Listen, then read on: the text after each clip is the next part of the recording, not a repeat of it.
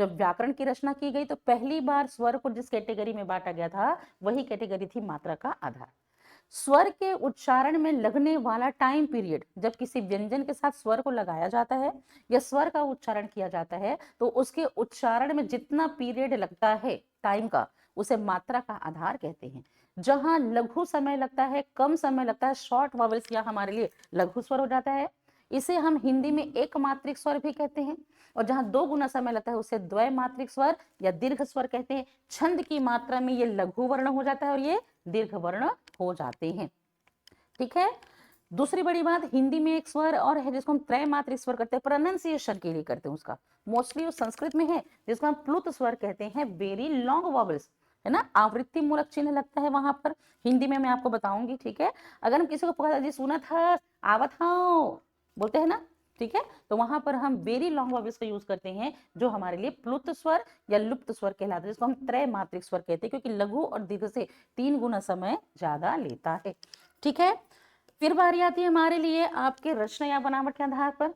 तो रचना जिसमें दो चीज होती है, एक तो होती है उत्पत्ति और एक होती है हमारे लिए व्युत्पत्ति। उत्पत्ति क्या होती है? स्वयं से प्रोड्यूस होना, स्वयं से उत्पन्न, उसको हम प्रोड्यूस कहते हैं। और ड्राइव्ड फ्रॉम, उसको हम व्युत्पत्ति कहते हैं। Two different type of things को मिलाकर बनाते हैं। तो अगर हम रचना या बनावट के आधार पर देखें तो जो लघु स्वर था, अब यही हमारे लिए क्या हो जाता है? मूल स्वर हो जाता है, जो दो स्वरों से मिलकर बना नहीं है, छोटा अ, छोटा ई, छोटा उ। लेकिन अगर हम कहते हैं गुण स्वर संधि की प्रक्रिया, जैसे कि अ और ई से बना ए, अ और उ से बना हमारे लिए आपका ओ, ये हमारे गुण स्वर संधि है। अ और ए से मिला ए, अ और ओ से मिला ओ, ये किसकी प्रक्रिया है? संधि की प्रक्रिया है। दो वर्ण मिले तो क्या हो गया? विकार उत्पन्न हो गया। दो वर्ण मिलकर संयुक्त हो गए, इसलिए जॉइंट वॉवेल्स या कंबाइंड वॉवेल्स कहलाता है। तो जो हमारे दीर्घ स्वर थे, अब यही हमारे लिए क्या बन गए? हमारे लिए संधि विकृत या संयुक्त स्वर बन गए। क्लियर हो गया? देन आफ्टर आता है उच्चारण स्थान। टंग का जो अगर हम पोर्शन देखते हैं तो टंग का पोर्शन है जो आपके थ्रोट से इसका जो है वो पोर्शन बना हुआ है, ठीक है ना। तो इसके 3 हिस्से होते हैं, फ्रंट का हिस्सा, मिडिल का हिस्सा एंड बैक का हिस्सा, अग्र, मध्य और पश्च।